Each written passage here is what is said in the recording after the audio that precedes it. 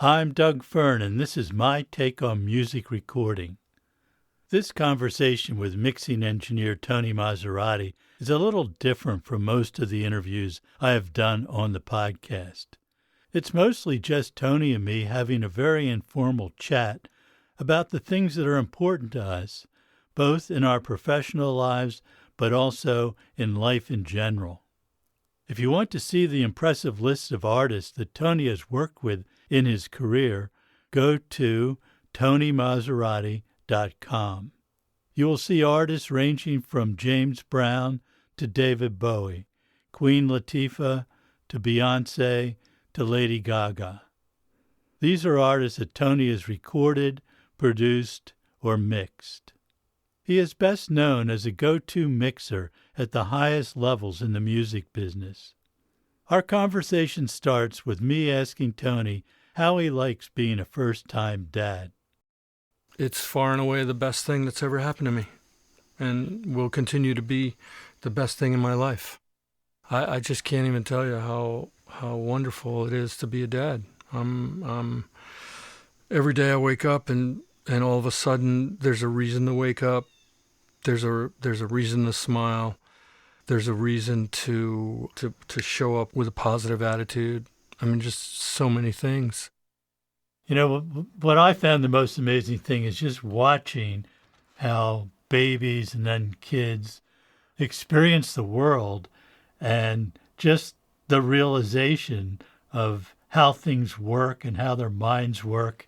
You can just see the wheels turning and this, sudden realization of something that as adults we've lost that. We don't have that same kind of fascination and enchantment with the world that the kids have. Yeah, I completely agree. I mean, it was amazing to me to learn that, she has to be acclimated to Earth because all she knows is womb. And to her, that's existence. So, when she's first born and she needs to be reminded that it's safe to open her eyes in an environment that is not surrounded by amniotic fluid and in the womb, it's just fascinating to me. And we started right away trying to create an environment where it was familiar every day for her. The same light was on every day, the same room she woke up in every day. Everything we tried to make identical every day, and I hope that helped her become more stable and comfortable. Yeah, it's been fascinating. Every minute is just the most lovely experience, I swear.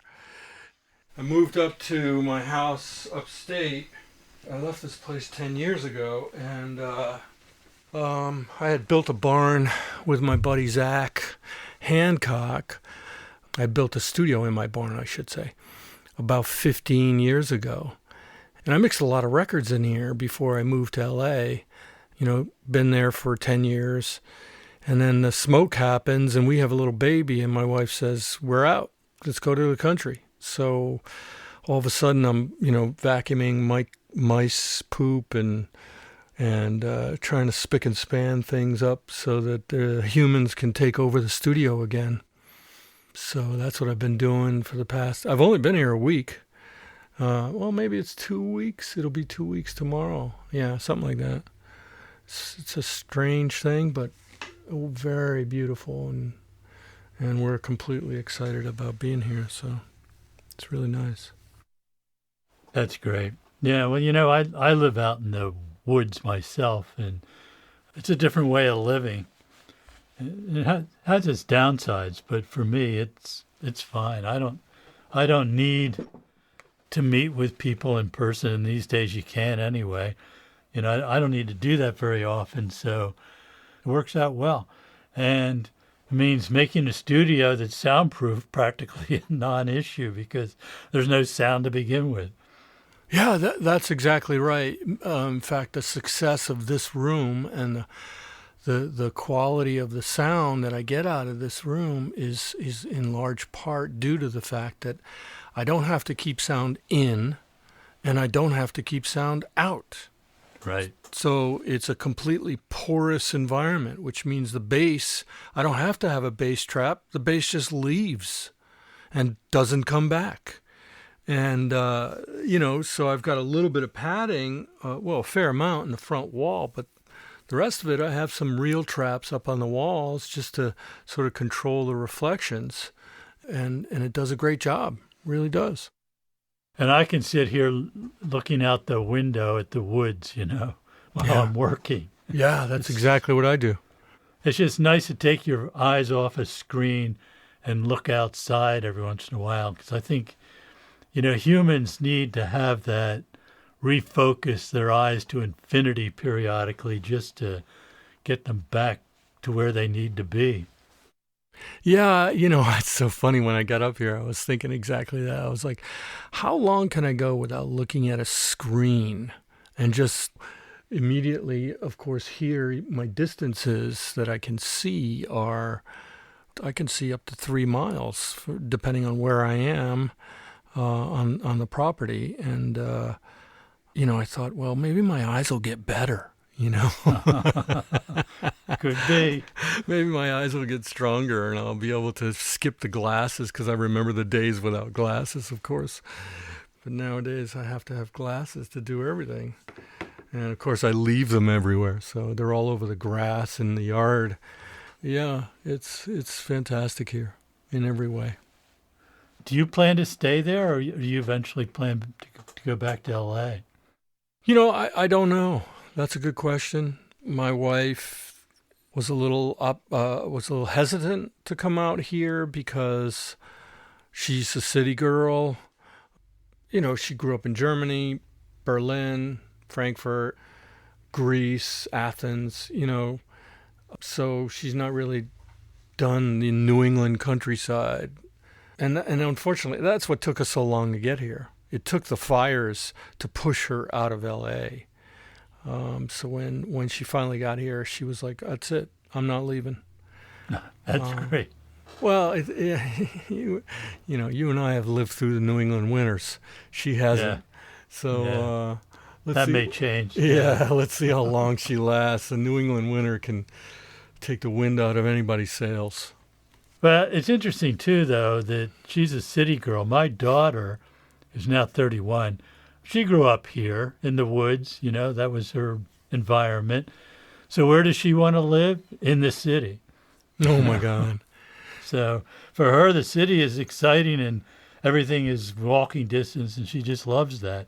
Where we live out here, you can't do anything without getting in the car, except walk. I mean, we can walk for miles and miles and miles here on walking paths, some of them which go through our property and our neighbor's property. And it's just, to me, it's heaven, It doesn't get any better than this. I agree. I think, is she in New York City, or is she in Boston, or one of those walking cities, or is she in L.A.? No, she's actually in Philadelphia. Oh, but that's not a bad city.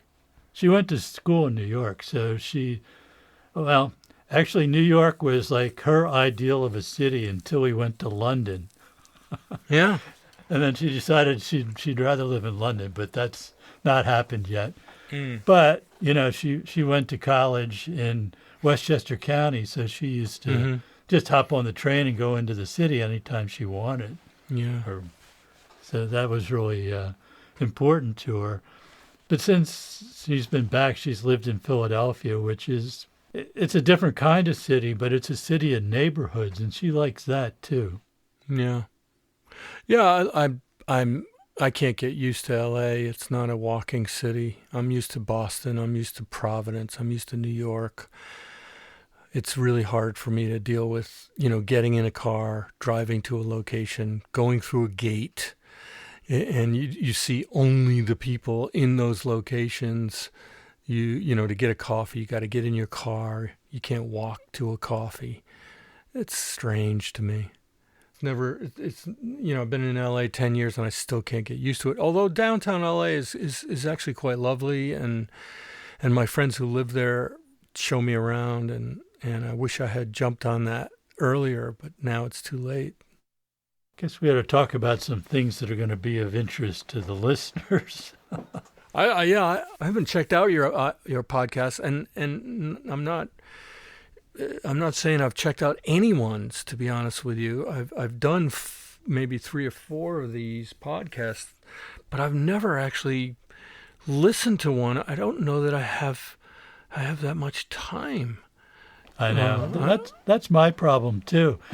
And it's sort of like it parallels my life, because I opened up a recording studio in 1969, having never been in another recording studio. Oh my God, really? Yeah. Why did you do that? Were you that just a kid? I had to wait till I was 21, because back then you had to be 21 to own a business or rent a building or anything. So I had to wait. Wow. But I worked as an engineer in radio, and that sort of gave me the technical background. But ever since then, almost anything I've ever done, I've just said, well, that sounds like something I want to do. How do I do that? And figured out how to do it. Yeah. So I approach the podcast the same way. I mean, it's really radio, but without the restrictions, because we don't have to stop for commercials. We don't have a set amount of time. I can't make them too long, or people get, they don't have that much time to devote to it. So I try to keep them all under an hour. I think one of the reasons why I haven't gotten into podcasts is because I can't get my phone, to play on my car. Well, although now here I have a new Subaru Outback, so it has Apple Play, so I'll be able to listen to this. Yeah, good. Yeah, my wife listens. I mean, she was really the one that got me interested in doing this, because she listens to podcasts on her 2-hour morning walk with the dogs every day. There you go. And she just automatically downloads all these shows she wants and listens to them, on the walk. Yeah. And we have a friend who is a podcast expert. She teaches it at the college level and lectures, and has written books and everything. So I picked her brain for a while. But that was several years ago, and it wasn't until March, when all of a sudden everybody was stuck at home, that I thought, all right, this is the opportune time. Let's get started. And I don't think I'm really all that great at it yet, but my listeners seem really pleased with what I do. So I guess I shouldn't be too critical of my ability to do this. I just don't like doing things I don't do really well. Yeah, I understand that, actually. I have this old farmhouse, and it needs a lot of work, and when I first got it, I thought, I'll be able to do this.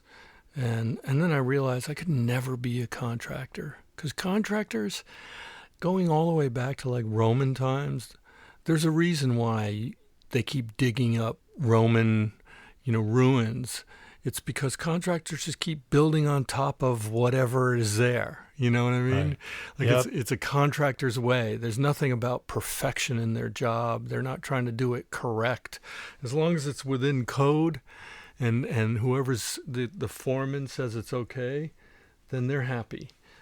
So I've noticed in the rebuilding of my farmhouse that the various contractors that I've had, they're just kind of like, some of them are finish guys, and they do an amazing, beautiful finish work, and some of them are just, get the day done and knock it out, and whatever, they leave their coffee cups in the walls, and whatever trash they've got, they just leave it.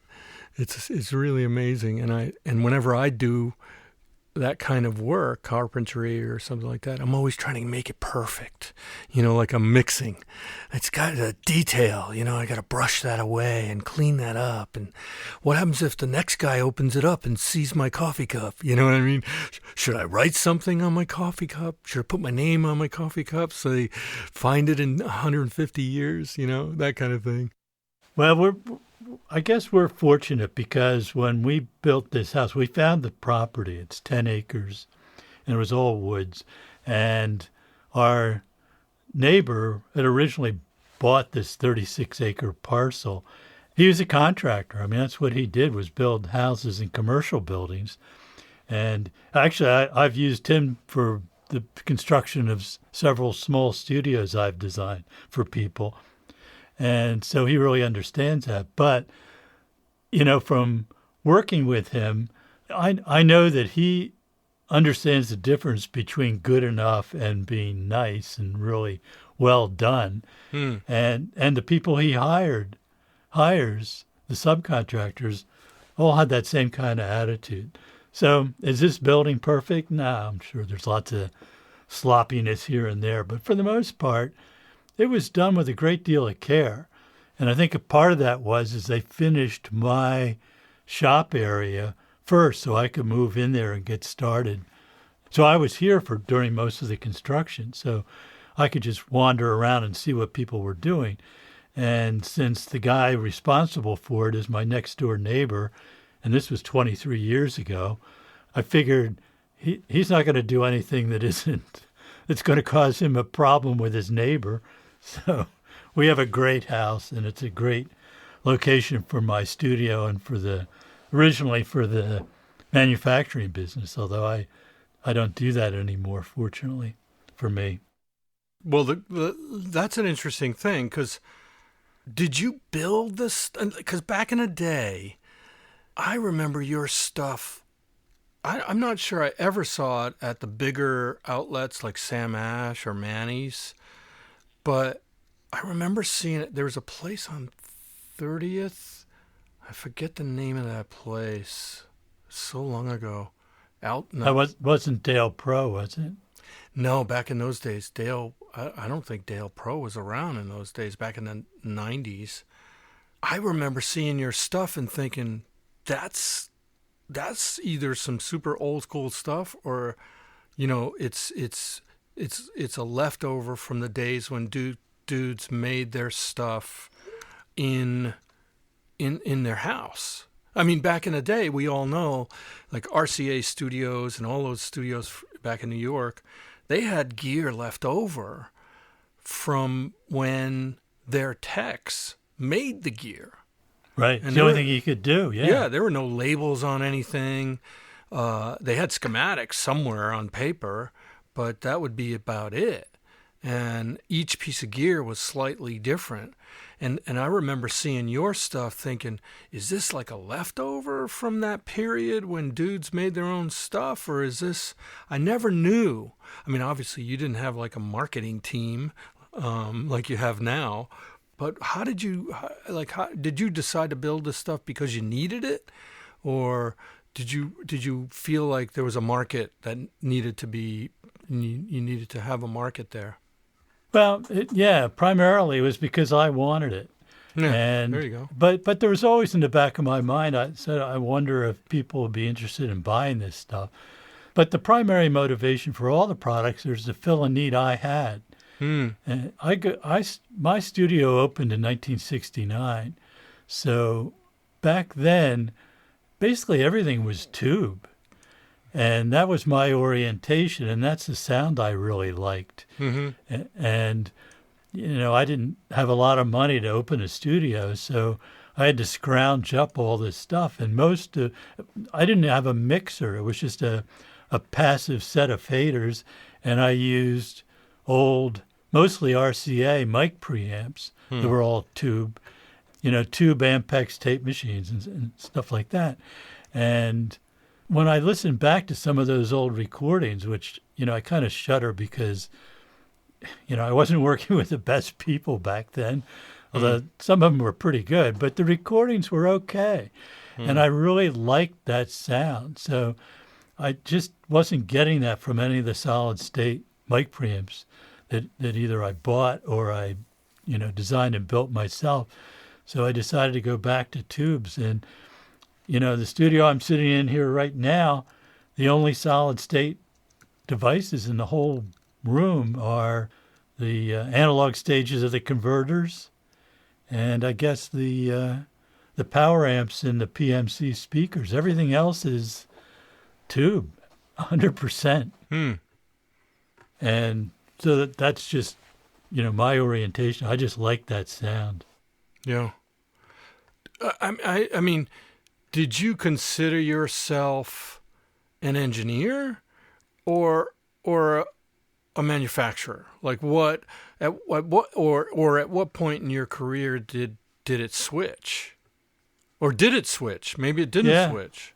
Yeah, well, it didn't because, just being in a studio with a bunch of great musicians and capturing them and making them sound their best and working with people I really like working with and working with really good music, that's the highest joy in my life, really. I mean, in a professional sense. So I've never stopped doing that. So when I started the manufacturing business, I sold my studio, and really the way that came about was I got to the point where the majority of the sessions I was doing, the people I was working with were not as good at what they did as I was at what I did.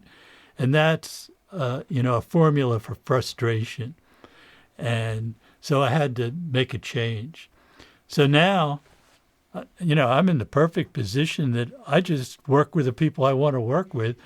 I don't have to depend on it for income, although if there's income from it, that's great. But, it's certainly not significant at this point. And I love working with great people and making great music. Yeah. So I never stopped doing that. I mean, for a while I did it on location, and then several years ago when Joff and George Hazelrig took over the manufacturing, Joff used to work for me as an assembler, and when they did that, I could move all that stuff out because I designed the house to accommodate the business. So now I had all this room. Yeah. So it was a perfect. So you could go back to engineering and recording and that sort of thing. Yeah. I miss my big room. This room is a third the size of the space I had, but it can still sound great. It's just every once in a while when I'm recording horns or strings or something, or I want a lot of room sound on the drums, it's like, well, I can't get that here. Yeah. But other than that, it's fine, and I enjoy doing it. Nowadays, I don't know if you know this. I don't even know this. I just did a project for a new artist, young artist, and the producer was telling me about the recording process. And basically, they just send everything out. So there's a drummer. He acted as if the drummer was a very famous guy. It didn't ring a bell to me because obviously I don't record anymore. But he was like, yeah, I just sent the tracks out with a rough drum mix, with a click type drum mix. And the guy just, he's got his studio in his house with all his mics set up around his drums. And he sends me back the drums. And the same for the strings, the same for the bass. You know what I mean? And I was like, wow, this is amazing. Like, and the technology is so awesome in that it allows us to do that in the same way that, you're sitting in the country, I'm sitting in the country, and I'm mixing records that were done in this remote kind of way. And now I'm mixing the record remotely, and I'm live streaming with the artist. One artist is in Nashville, the other one is in Amsterdam, and it's like we were right next to each other, and it's just super cool. And yeah. I mean, obviously, you and I have been through a fair bit of development in our business, both the music business and the recording business. Yeah, absolutely. And there's so many wonderful things about it. I mean, I started out recording on tape, and I have no desire whatsoever to go back to recording on tape. Hell no. But it did, it's still a little bit, I still carry over some of those tape habits into digital recording, which isn't totally appropriate a lot of the times because, on tape, you're used to keeping the level up as high as you can. If it goes into the red, that's probably fine. And of course, with digital, you got to be really careful of that. So it took me a long time to get used to, watching the meters peaking at -12, -6, because that just was so foreign to me. But the advantages certainly way outweigh the disadvantages. So, and I think digital today sounds pretty darn good. So I'm happy with it. But when you say about that process of sending everything out for people to overdub, people make great records that way. There's no doubt about it. And it's certainly the current preferred way of doing a lot of stuff. But I like having a room full of people playing together. I like everybody in the same room and playing together and interacting with each other. Just to me, that is an exciting experience because you don't know what's going to happen with those interactions. I mean, sometimes it's not a positive thing, but most of the time it is.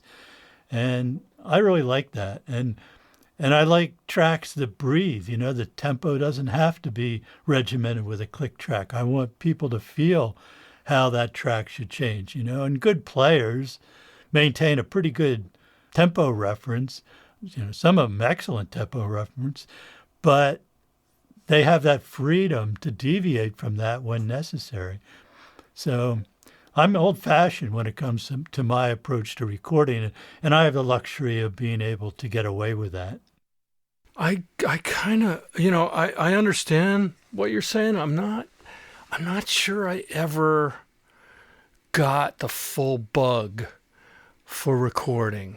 I used to practice both with individual instrumentalists. A classical pianist friend of mine used to come, and she would just practice while I put up microphones, and I would record her, and then I would A/B. And she never asked for anything, and I never asked anything of her. And, a drummer friend of mine used to come and practice, and I would just do that. And then I recorded some bands and this and that and whatever. And, of course, I recorded a lot of machines and a lot of, MIDI stuff and a lot of just vocal recording because that's what R&B and hip-hop is. There's not a lot of playing going on.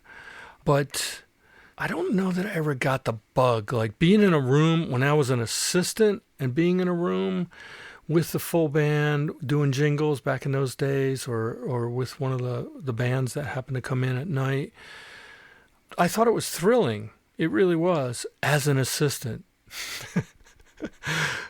As an actual engineer, it's not as thrilling.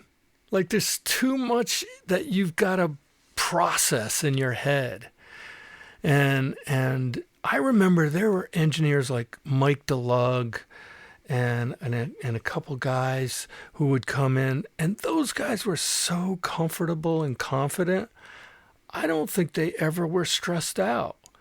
And maybe you had that same feeling when you were working. I don't know. Every time I was engineering, I was like, you got to deal with the headphone mix. You got to deal with the bleed. You got to deal with, just the arrangement. You got to deal with it's like cooking, only you're not the chef, and they've given you a rough idea what the recipe is, but you're not the chef, and you're the producer technically, or the artist is a chef, and you're just trying to follow them around and make sure that shit gets done, and then if you don't have a good assistant, because you need an assistant, at least one assistant. I don't know about you.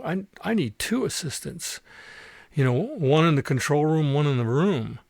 And I just always found it like a lot more fun to be an assistant because, I'd be working and maybe I'd be the guy in the room. So I'd be moving microphones and setting up microphones and testing microphones.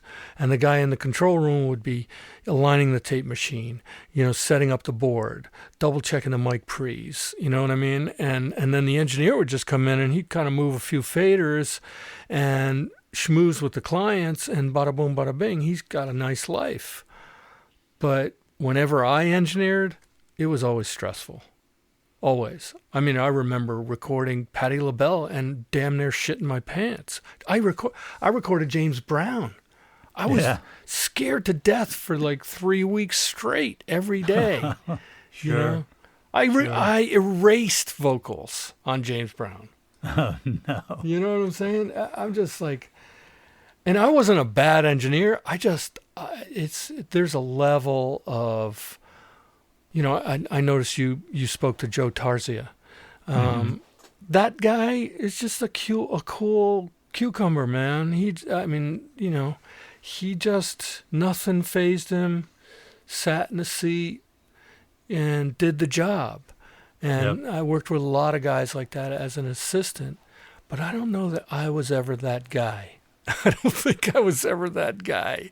I know. Well, I think it takes a certain sort of mindset. And for people like Joe and I, there really wasn't any choice, because we started out, Joe, like 10 years earlier than I did, or maybe more, 15 years at Cameo Parkway.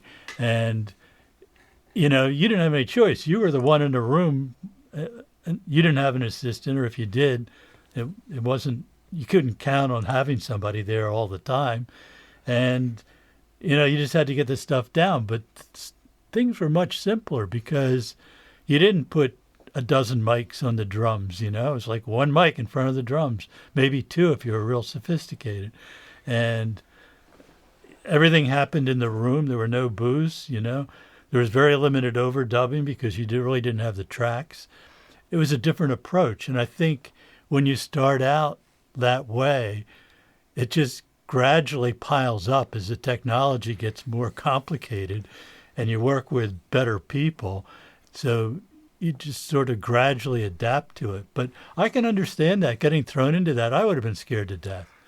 Yeah. I mean, and I definitely recorded full bands, but I don't think I ever got a drum sound that I was happy with. Has anybody ever? One time I recorded Omar Hakim, and he moved all the mics, and I was like, he was like, "Can I move this?" And I was like, "Yeah, of course." I mean, he was Omar Hakim, of course. Do whatever you want. And I'm telling you, he moved the mics, and that was my best drum sound, because he moved the mics.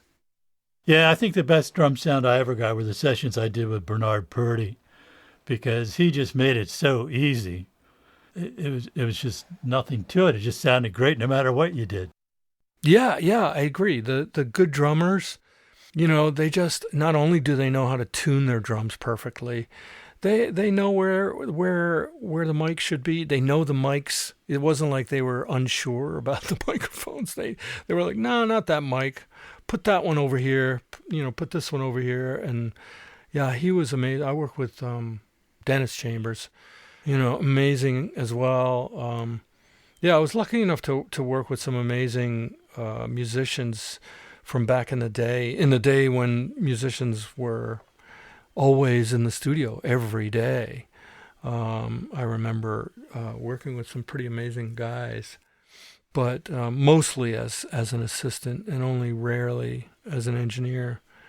I was lucky because I got the tail end of that Joe Tarzia sort of training camp, because I worked at Sigma up until the time he sold it. And I got to work in Philly at Sigma Philly and work in the James Brown, David Bowie room. And that was super cool. But I have to say, I unfortunately, other than the training, I don't think I understood the sound of the equipment until I left.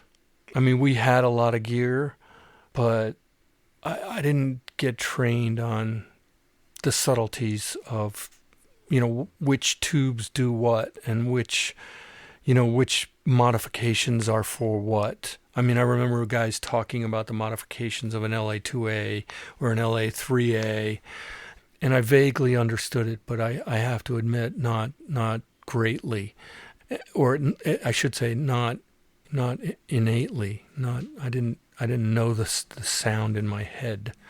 But I think fellas like you and there were a few other guys that would come in the studio, Mike DeLug and a few other guys would come in the studio, and they knew the sound really well.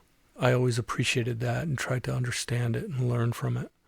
Yeah, well, I think, if you walk into a room with a whole bunch of outboard gear and you've never seen before, or modified stuff that you've never experienced, that's challenging. For a lot of stuff I did, never had that much, although being in Philadelphia, where Sigma was, this giant powerhouse from the 70s, we basically existed on their overflow. But as Joe always told me back then, and again in the interview I did with him, it was just this constant battle to keep adding new gear all the time to meet the demand of the customers and offer something different to them.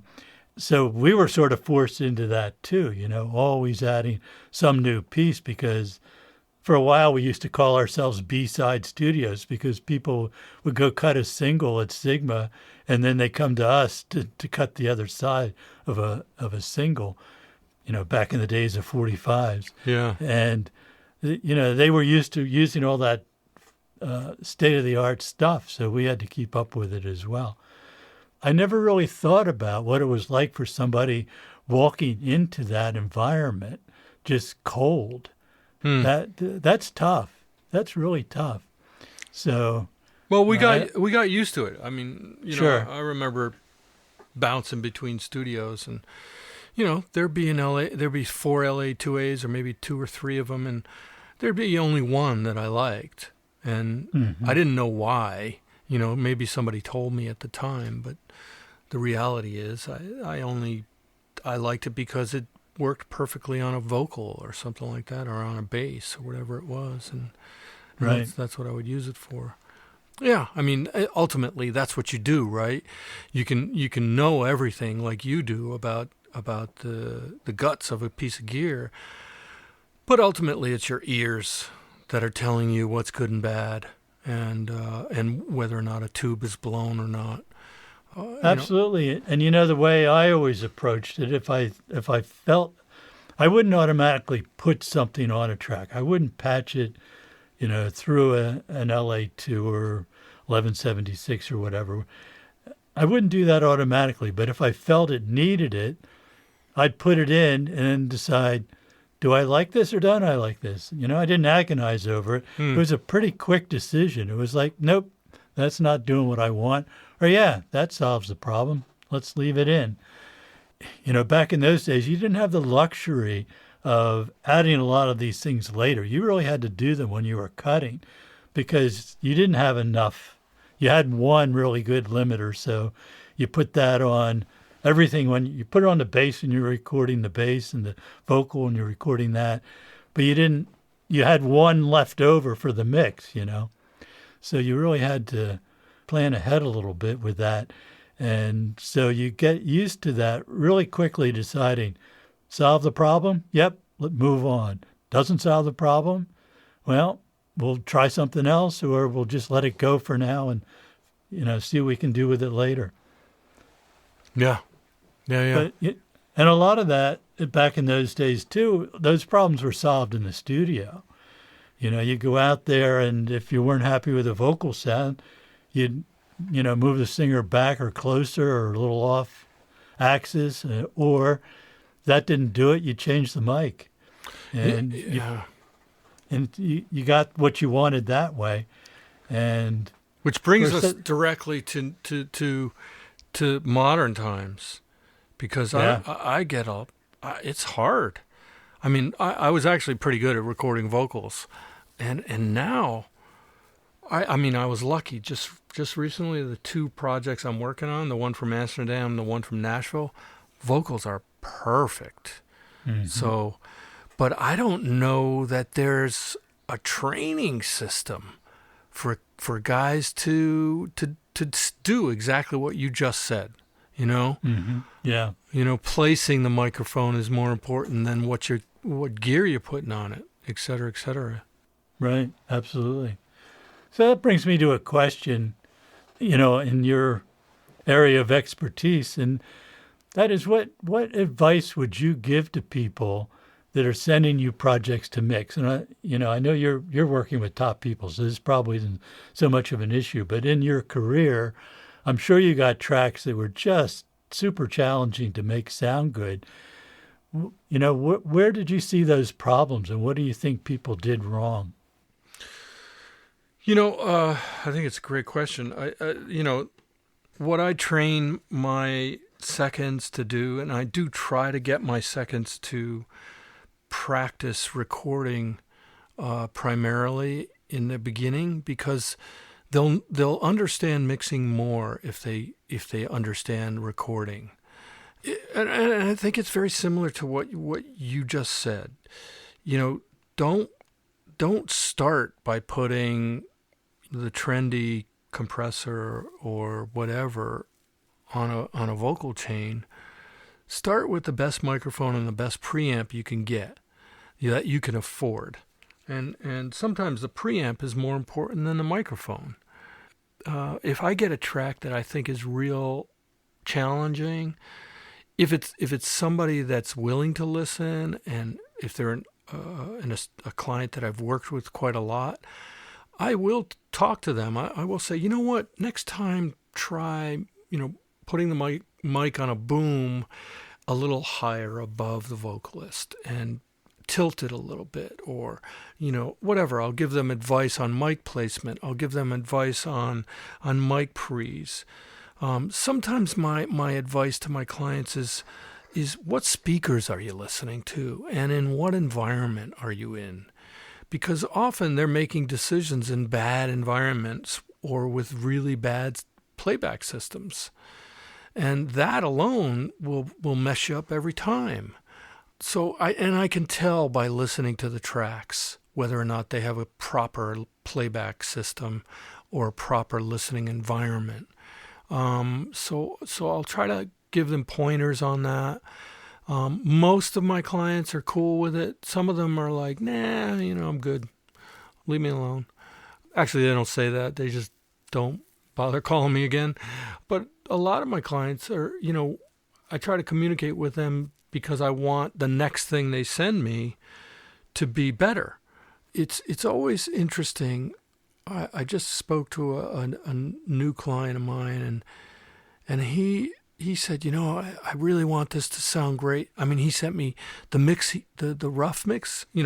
Basically, he sent me his Pro Tools session, which was his rough mix, and it was damn near perfect.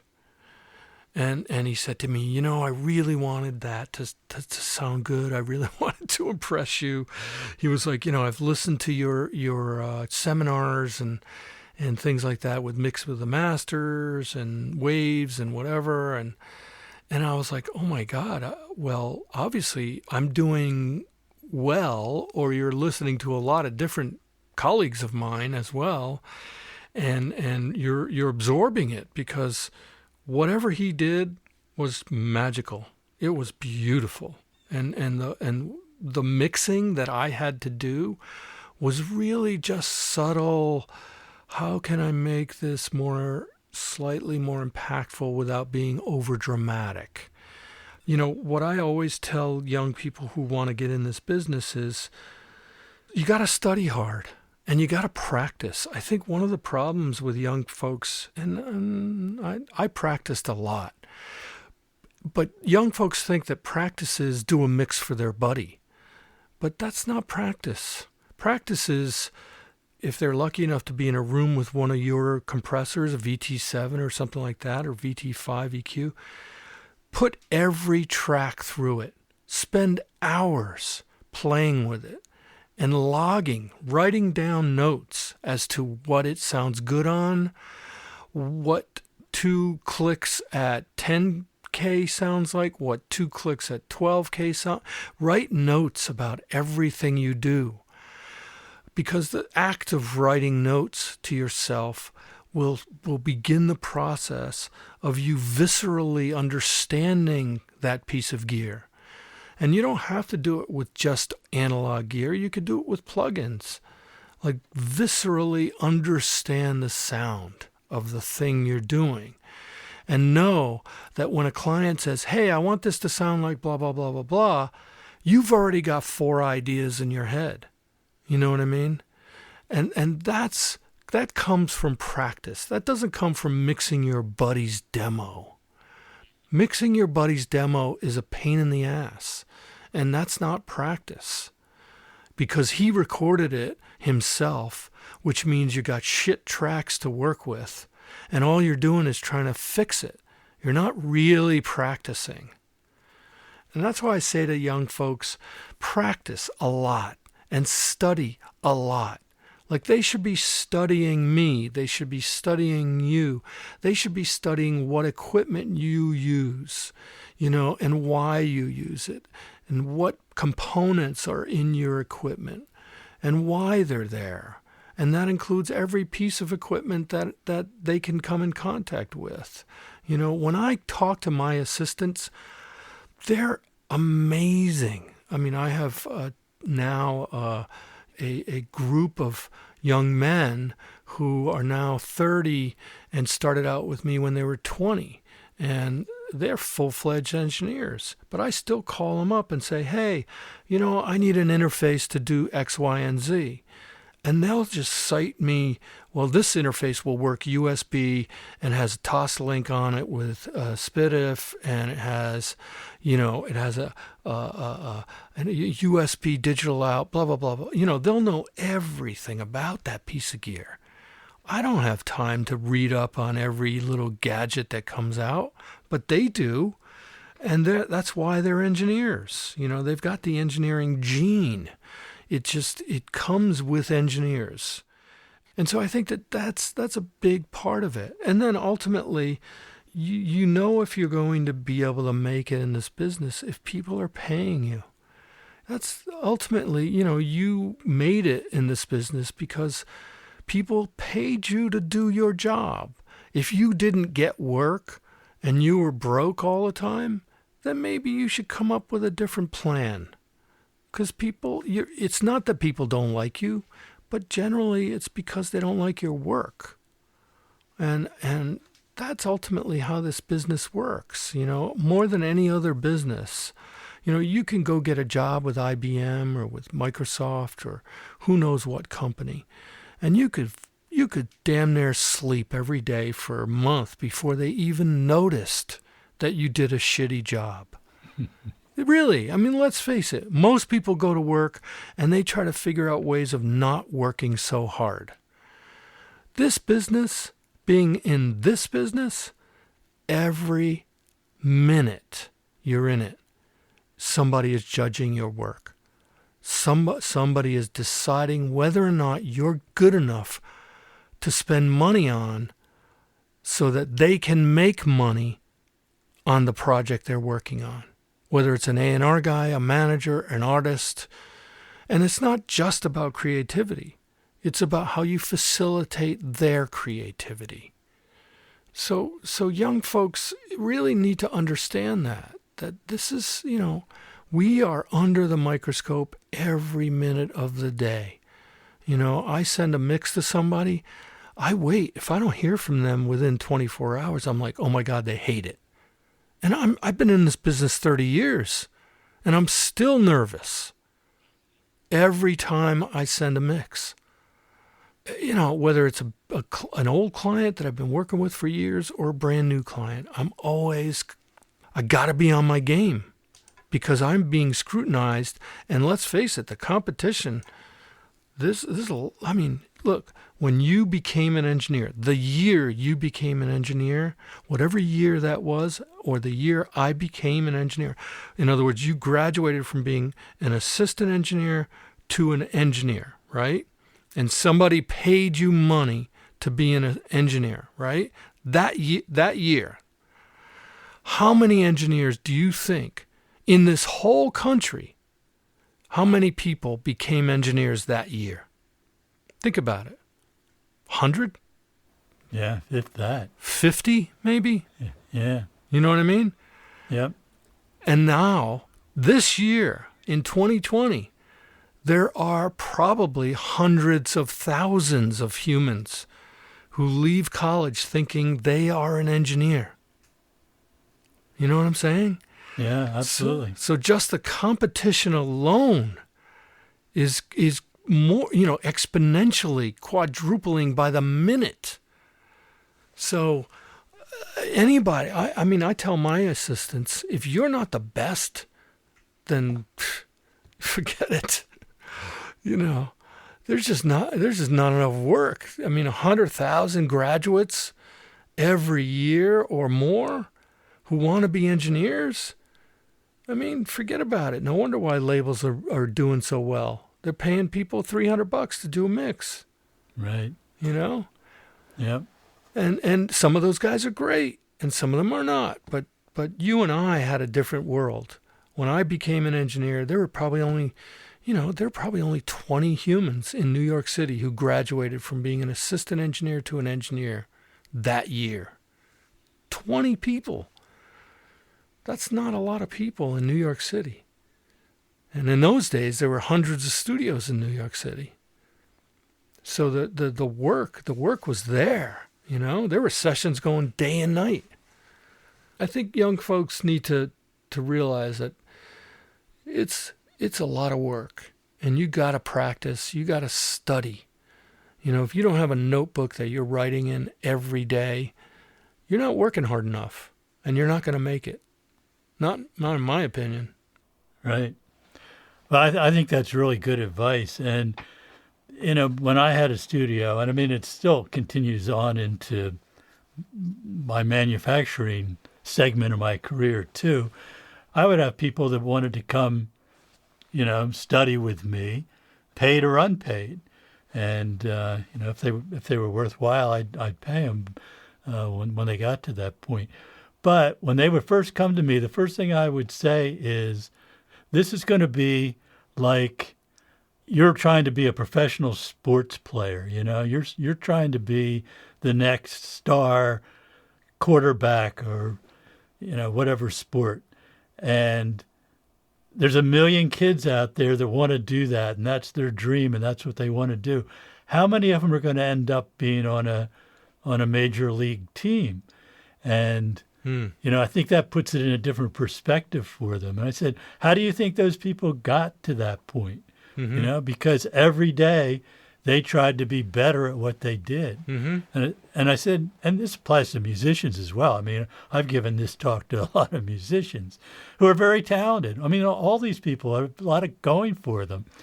And I always say the one talent you have to have is the talent to make things happen. And that means being able to create the situation where you do get the recognition, where you do get the exposure, where you get to the point where people will come to you.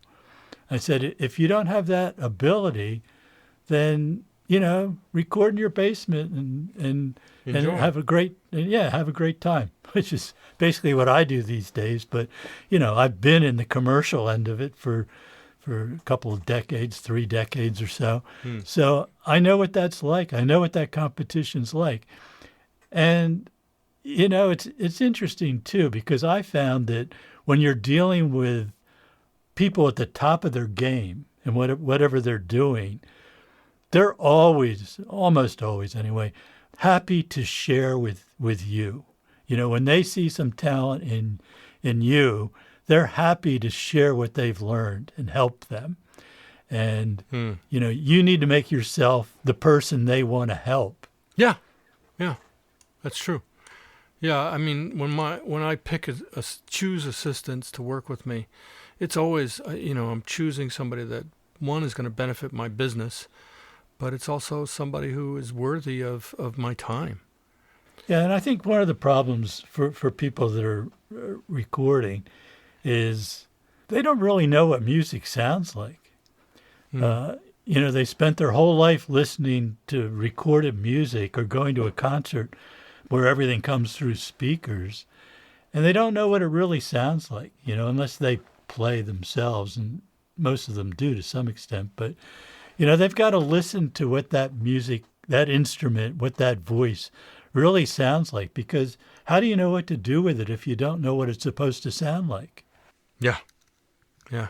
I find it actually pretty hard to keep up with all of the new music coming out, and that's another reason why I rely on my assistants and my younger team members to just keep me posted. I mean, I got a phone call from a buddy of mine talking about the Alicia Keys record that just came out. Now, I only got one song. I think I mixed 10 songs, but I only got one song on there. And he was like, dude, the record's okay, but when your song came on, I was like, okay, this guy knows what he's doing. Who is it? And he checked the credits, and but not so much to toot my own horn, but he made me think, you know what? I didn't even know who else was on the record, and it made me say, oh, okay, I better pay attention a little bit more to my competition, because they're working a lot too. We've got to pay attention to everything in our business. As an engineer, you've got to be able to place a guitar, a particular guitar. Like you get a song, there's a guitar recorded on it. To interpret that mix, you've got to be able to place that guitar. You've got to be able to say, okay, he used an AC-30 on it. Well, that's vintage. Why would he use an AC-30? You know what I mean? And okay, and it's got, this size string. And you've got to be able to hear the size string that he's using as well. You've got to be able to hear these things to make positional markers for your mix, to know, oh, this producer is coming from this place, so I need to make it work for him. I have to admit, again, I don't know that I'm spending enough time between the speakers just listening and just paying attention to both my competition and to just great music. And I try to, and I used to do more, but I think, coronavirus has sort of got me in a frenzy. I'm just, I don't know what to do with myself. I went through, just, watching Netflix and Tiger King or whatever his name is, and every other ridiculous thing, to just like trying to figure out ways to keep my mind occupied. I need to sit down and listen to music a little bit more. Yeah, I agree. That's a really important point, and I'm really guilty of not doing that. I mean, back when I had a studio, and it was really important that when somebody came in and referenced something, you knew what they were talking about, or at least you could fake it long enough till you did your homework. And, I've gotten out of that habit. I pretty much rely on my daughter to introduce me to new music, because she knows what I like. She knows my preferences, and she'll say, Dad, you ought to listen to this, and she's right. I find really good music I like. Basically my love of music is acoustic music. So that's always where, I'm the most comfortable and where I get the most enjoyment out of it. But like I said, I have the luxury of just doing what I want. Maybe you could talk a little bit about how you approach a mix. You get a track in, and, what is your process? And I know a lot of the setup and everything is done by your assistants, but, what is the process? I do the same thing that I've been doing for quite a while, and that is, so my assistant has basically imported all of my auxes. Like I created over the past several years, and I continually update, maybe 20 auxes. Some of them I trash after a while, and it might have a particular reverb that I like on it, or it might have a delay setting, or, some kind of processing that I just, in my practice, have saved. And it's basically just a preset. And they'll also have imported my mix bus setting and my mix bus recorded, for my tracks to be recorded, and also my my subgroups. So they'll import that, and then what they do, their job is to try to create a situation where my starting point sounds as close to the rough mix as possible. Now, the mix that I was just telling you about with the producer from from Nashville, he just sent me his session. So I open it up, it sounds exactly like his reference. Great. So my assistant just plugs in all my auxes, my group auxes, and my mix bus, and there I'm ready to start. And then I just listen. I just listen to the mix over and over. I listen to the song. I start making notes. I come up with patches in my head. I'm going to try this plug-in with that, or if I'm going to use analog gear, I'm going to put the VT7 on the drums. I'm going to put the VT5 on the vocal. Whatever it happens to be. And that's what I do. I listen, and I mix it in my head. And this comes from years of practice and listening and paying attention. And I mean practicing. If you practice with a piece of gear, then when you put that piece of gear on a vocal, on a particular vocal, it's going to sound a certain way. And so you could mix in your head. And I got used to doing that because as an assistant in my day, you couldn't leave the room. You had to sit behind the engineer the whole time.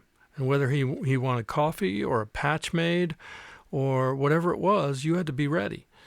And so I got in the habit of just writing a notebook full of ideas. So that's what I do.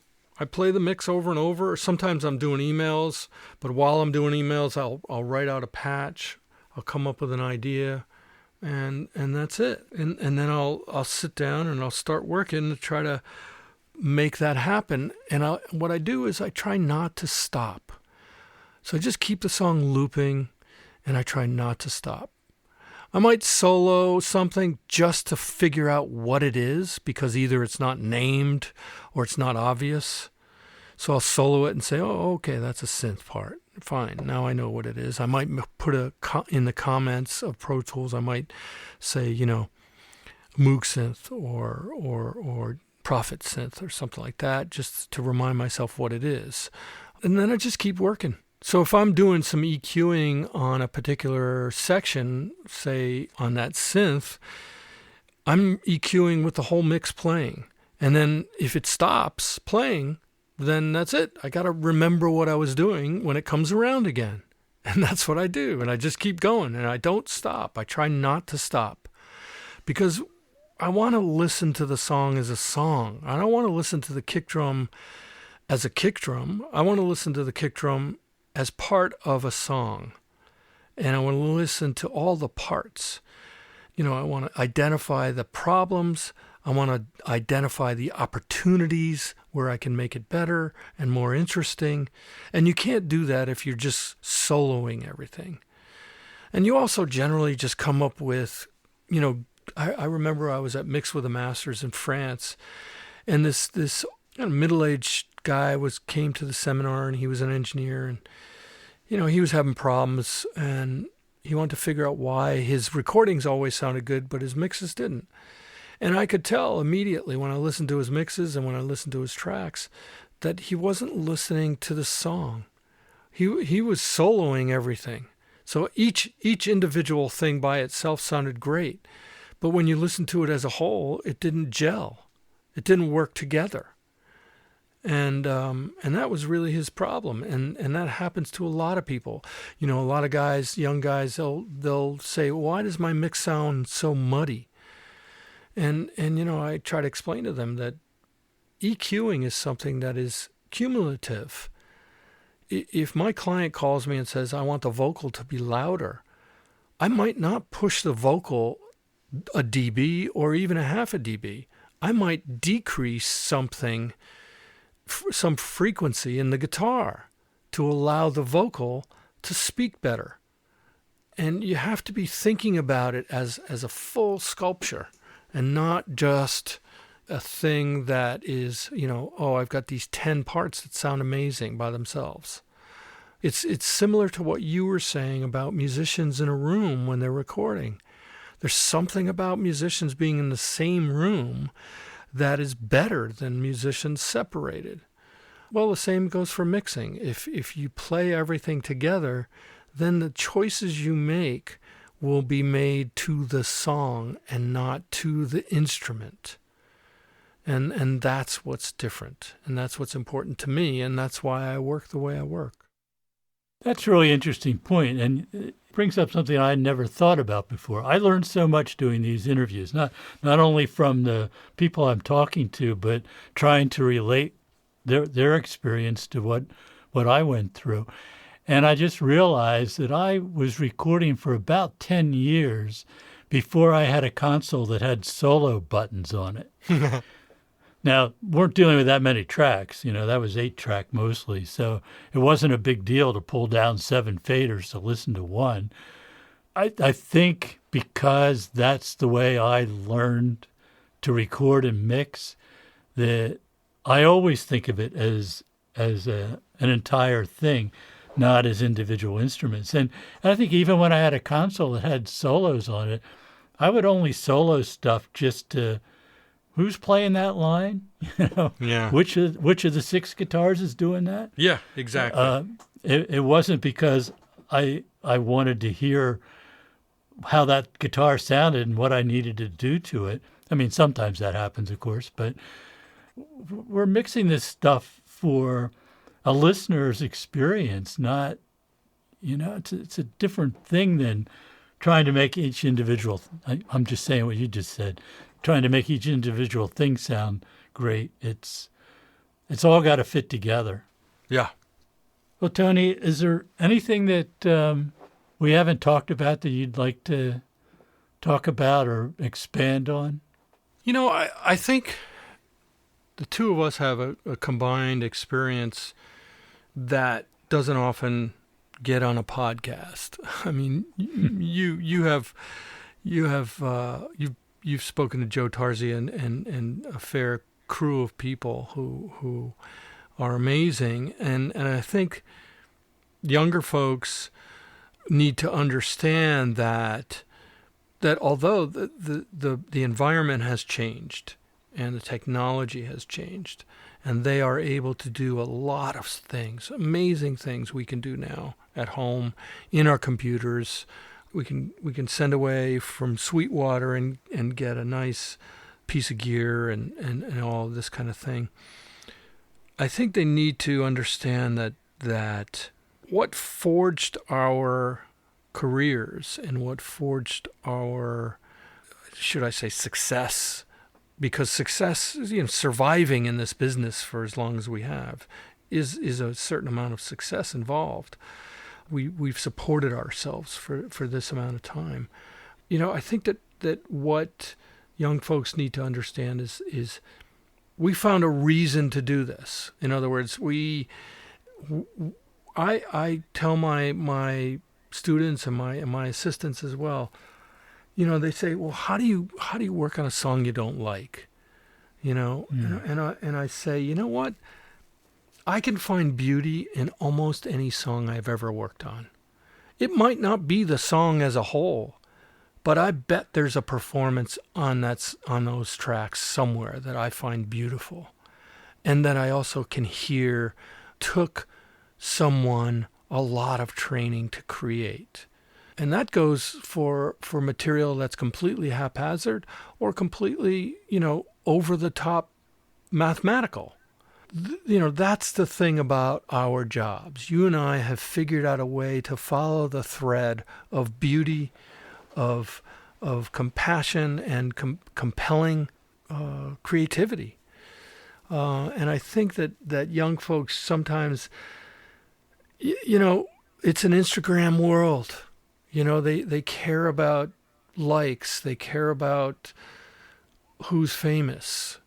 They care about this kind of stuff, but we didn't do that. I mean, sure, we were excited when I got to record James Brown or when I got to record Patti LaBelle. Was I thrilled? Absolutely. But I was thinking about the music. I was listening to her voice and saying, oh my God, listen, now I know why she is a star. It's not because Instagram liked her, you know what I mean? It's because she is a true, amazing instrumentalist in her vocal performance and her control. And not to mention, a sweet, amazing human being as well on top of it. We have to remember that. I think that the young folks need to remember that it's not just numbers. It's not just dialing in something Tony Maserati did or Doug Fern did. It's about listening to the artists that come to them and paying attention to what they need and trying to figure out in the best way you can to deliver that. That's what it's about. It really is. Whether you and I planned to do that when we were young, it happened. And we learned it, and we're smart enough now to recognize it. And I think that young folks need to understand that. It's, sure, I wanted to work on the biggest artists I could work on. But the reality is some of the little artists that I worked on became huge. Mm-hmm. You never know. And you never know, Right. Yeah, and, I agree. You got to take every session seriously because you don't know. You don't know. I always used to say every song is somebody's favorite. Yeah. And, no matter what you're doing, it's you don't know where that's going to go. Yeah. And your point about finding something to like, that really, really touched me because to me, that was a defense mechanism in the studio because I would be working on something that I really didn't like.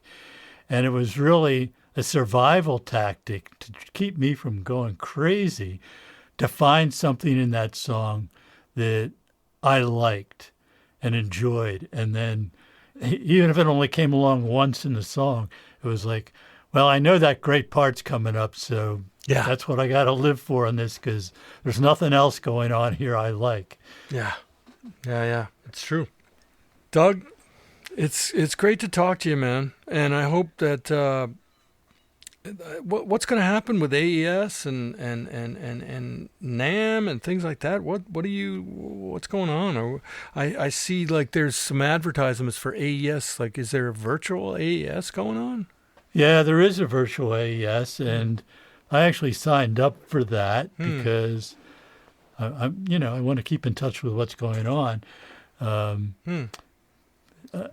think NAMM has something similar in mind, but you and I who go to those shows know, I've been going to that.